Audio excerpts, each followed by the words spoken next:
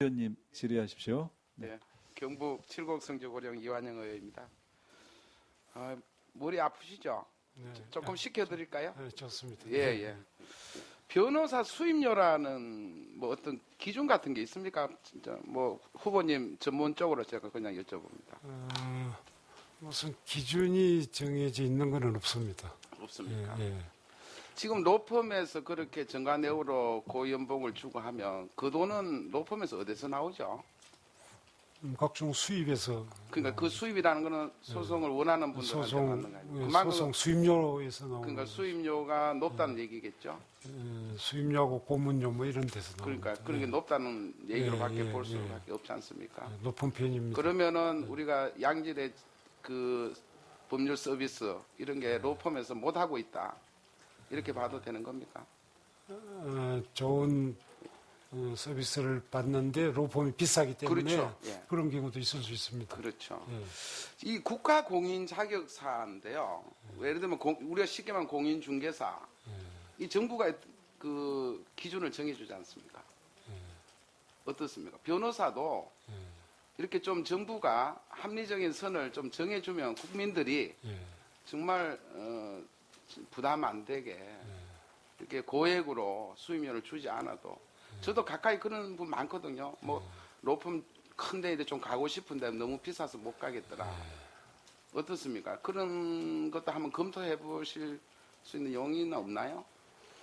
예, 연구를 해보겠습니다만, 제가 대충 알고 있기로는, 세금이 한 40%, 40 내지 45% 될 겁니다. 굉장히 좀 높습니다. 그래서 일반인한테 예를 들어서 수임료 1억을 받지만은, 그 그게 이제 문제는 세금이 대부분 가고, 똑같다고 봐야죠. 종합소득세 내는 그다음에 분들은 또 회사 경영비 들어가고 예. 그러기 때문에 그러니까 그 경영비라는 것도 너무 지금 고문이나 이래 참 고위직들 데리고 오면서 너무 고연봉 주니까 당연히 높게 치는 거 아니겠냐 이거죠. 그죠? 그렇게 사슬고리가 엮여 있기 때문에 좀 합리적으로 좀 정해주면 국민들로 하여금 좋은 일 잘하는 로펌에도 좀 이용을 할 수 있도록 금액을 좀 줄일 수 있다면 그죠? 한번 연구 한번 해봐 주시죠. 예, 그런데 그거는 좀 자신은 없습니다. 자신은 한번, 없으시고 같은 법조계 출시라서 그러신 건 아니에요? 아니요. 그런 것보다도 조금 감각적으로 조금 그렇게 쉽지는 않을 것 같습니다. 근데 다른 국가 공인 자격사는 대부분 있다 이 말씀이죠. 네, 그죠? 그렇죠. 혹시 요즘 7번 방에 뭐 선물이나 영화 한번 보신 적 있습니까? 그거 아직 못 봤습니다. 못 보셨죠. 어제 제가 매우 강조했던 안전한 사회에서 보면 우리가 말하는 뭐 유전 무죄, 무전 유죄 이런 것도 아직도 우리가 안 없어졌다고 보시는 거죠. 네. 그것도 정말 억울한 사람이 없어야 우리가 행복한 한국 되지 않겠습니까? 그렇습니다. 그런 것도 이제 앞으로 관심을 많이 가지셔야 될 텐데요. 제가 한국의 방위 분담금이 지금 주한미군에서 한 40% 정도 부담을 하고 있는데요.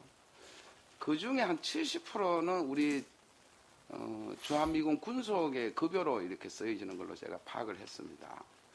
근데 이 주한미군 종사자들에 대한 급여 인상이 미군에서 100% 결정됩니다. 근데 이렇게 70% 우리 한국 부담의 70%가 급여로 쓰여짐에도 불구하고 한국 정부가 전혀 관여를 못하고 있다는 거죠. 지금 최근 2년 동안 완전 동결이 됐어요. 그러면 물가 상승률도 급여 인상을 못 받고 있는 정말 열악하고 거기다 최근에는 또 뭐 고용 불안까지 이렇게 겪고 있습니다.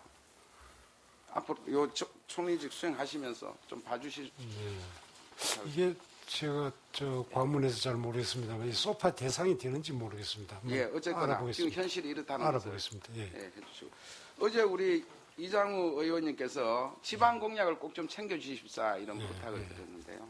저도 지역구를 지방에 둔 사람으로서 꼭 좀 부탁을 드리고 싶습니다. 이걸 그냥 부탁드리는 게 아니라 좀 100일 내에 취임 100일 내에 좀 지방 공약을 좀 추려가지고 정말 좀 점검하셔가지고 추진 계획이라도 좀 발표를 하시고 수도권 집중률이 높은 거는 다 아실 터이고 그죠? 지방 발전은 균형 발전을 위해서 꼭 필요하다는 거 다 아실 거고. 제가 우리 박근혜 당선인께서 저희 지역에 오셔가지고 이런 말씀하셨습니다. 이 시골에 사는 분들이나 서울에 사는 분이나 행복의 차이가 없도록 사는 게 100% 대한민국 행복 사회 아니겠느냐 이런 말씀 주셨거든요. 그런 면에서 지방 공약 꼼꼼히 좀 챙기셔가지고 총리실 내에 지방 공약 추진단 해가지고 좀 100일 내에 좀 발표도 해주시고 어떻습니까? 그렇게 용이 있으십니까?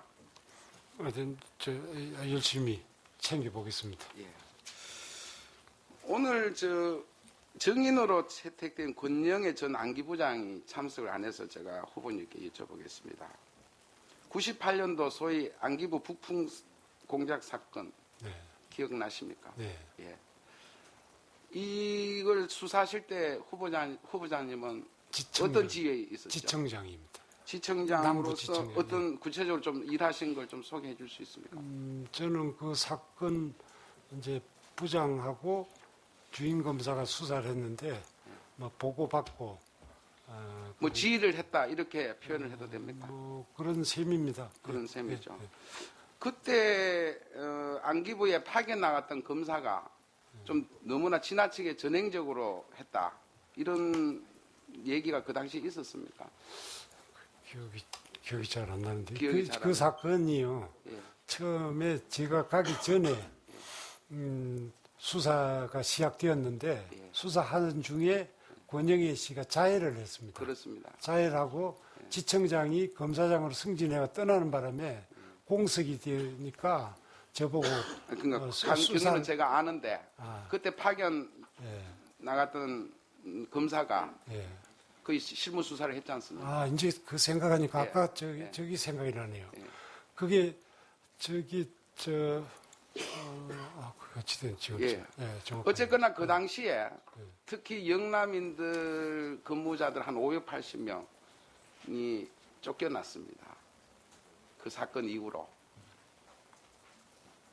그 당시 이제 새 정부, DJ 새 정부가 들어오면서 지금 북풍 사건 수사하고 그 다수 그 당시 안기부 직원들이 많이 이제 쉽게 말해서 쫓겨났다는 거죠. 기억이 전혀 안 나세요? 네, 그쪽 사정은 제가 알 예. 수가 없습니다. 예. 근데 지휘 정도만 하셨다 예. 이렇게 이해를 하면 되겠네요. 예.